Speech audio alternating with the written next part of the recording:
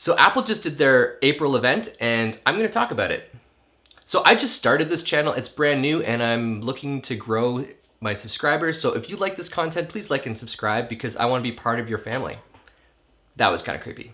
But no, seriously, let me know what you think down below and I'm just gonna get into it. Okay, so they kicked the event off talking about Apple Card. They're introducing this concept called Apple Card Family, which is now, they're creating this like credit ecosystem where everybody can share and make purchases and you can allocate credit to like your kids. It was a pretty high overview, just kind of talking about it. To be honest, I don't have an Apple Card. That's not something here in Canada yet. I don't know when it will be and I totally forgot about it. So it was kind of neat to see that it's not a forgotten thing and that they are expanding on that. So hopefully soon I'll be able to tell you more about it if that ever comes to Canada. I don't know. If you use Apple Card, let me know how you feel about it, how you like it. Is it something that's really good? Is it overrated? Do you find interest is crazy? Just let me know. I would love to hear about it.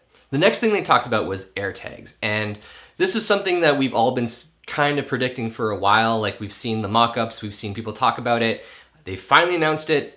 It looks cool. The price is good. It's like 30 bucks American for a price tag, which is probably gonna be like $36, $37 Canadian. I personally don't know if I would use them. Like, okay, I do lose my keys a lot, so I can see myself getting at least one. I have a few kids, so I can keep track of them maybe, I don't know.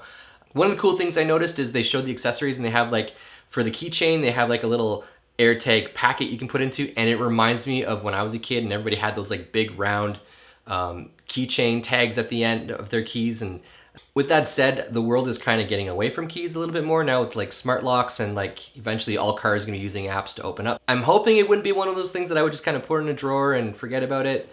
But now with AirTags, it has been brought up in the past about, well, what's the security issues with it? Because you are creating something now that will Apple monitor you wherever you go, where your keys are? Is this just one more device that can be tracked? And that's a pretty big concern, and Apple did address it, saying that they can't track it, so everything within the Find My ecosystem is contained within that system, so people aren't gonna be like hacking into your phone and tracking where your keys are or anything like that. So after they talked about AirTags, they moved on to the Apple TV, which I was pretty excited for because that was something that I haven't heard anything in a while, and I do want to get a new Apple TV. I have one downstairs, it's an older one, and I never upgraded it because I figured eventually they're just going to announce a new one. So they finally did, and it looks pretty cool. So the new Apple TV now comes with the A12 Bionic chip. You're gonna have more horsepower underneath it if you do a lot of gaming. It's gonna improve like HDR settings. The thing that I like the best about the whole Apple TV thing is the remote.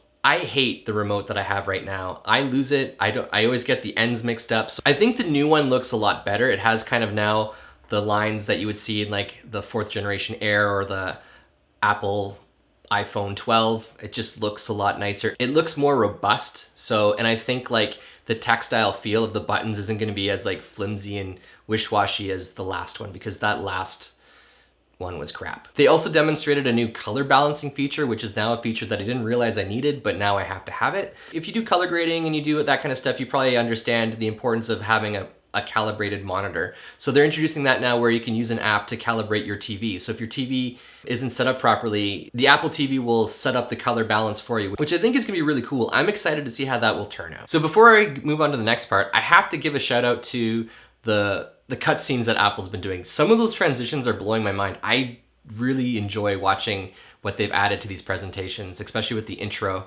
Especially this intro, I found it very soothing actually, waiting for it to start. Just what they were playing at the beginning was really nice. And I don't know what that says about me, but okay, iMac.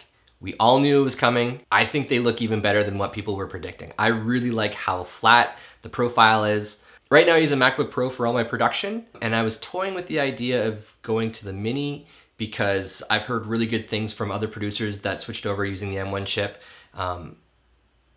But the iMac I think just looks really slick. So in the presentation they talked about the logic board and how much smaller it is now because you don't need to have bigger logic boards, and they weren't that big to begin with. Like they've been pretty small in the iMacs and the laptops and that, but now because everything's integrated into the M1 chip, the logic boards are tiny.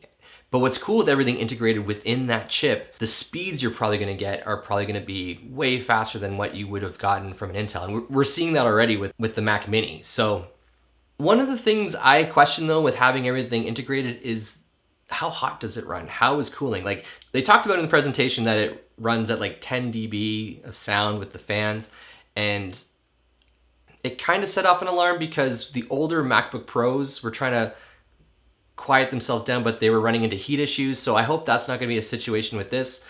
We'll have to see once they release the iMac what kind of temperature issues they're having, if it is an actual issue. So with the logic board smaller, you have room for more speakers, better microphones. They were showing the active woofer.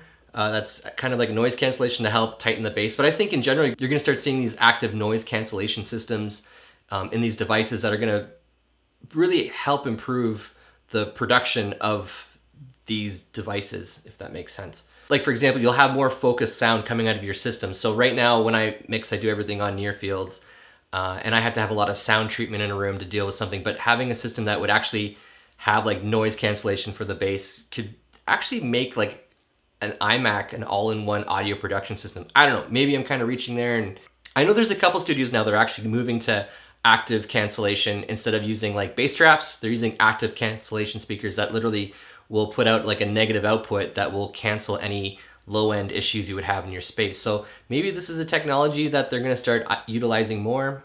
The iPad Pro looks amazing. Having the M1 chip in there, I think, is just one step closer to that whole perfect Apple ecosystem. The fact that you can run like iPad apps on your iMac or whatever system's running an M1 natively is, I mean, that's one of the big reasons why they decided to go with an ARM architecture. So the horsepower that you're getting out of like an iPad Pro now, like I would buy one over a day-to-day laptop, hands down, for 90% of what I do. Whether it's like Zoom calling or like design or photo editing or...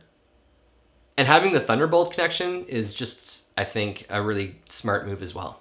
They showed the demo of the wider angle front-facing camera display, which I thought was really cool because that reminds me of an old Mevo camera that I had a couple years ago that did the same thing. It was just a really wide angle, and as you moved, the camera would crop in and focus where you go, so it felt like there was somebody following you with the camera, which is really nice. And the fact that the iPad Pro does that now, I think, is pretty awesome. And it's gonna look really good based off what kind of footage they're getting just from the front camera. It's nice to use the back camera for production, but if you can't see the screen, you have to somehow monitor it some other way. Like right now, I have to use my phone to monitor my camera, which is kind of a pain in the ass. So having a really nice camera up front where you can see everything and you know it's gonna get some really interesting footage, I think is really neat. Center stage, that's what it's called. That's the new wide angle that follows you around, which I think is going to be a lot of fun for a lot of people, and I think that's actually a very useful feature. Okay, so that's quickly my summary of what they talked about today. I hope you found this useful. If you have any questions, please let me know. If there's anything else that I should talk about that I missed about this presentation, throw it in the comments and we can start talking back and forth. I would love to see what you thought about the presentation. What are your thoughts on the new iMac? Is it a yay or a nay for you? So anyways, thank you very much. Please like and subscribe, and I'll talk to you later.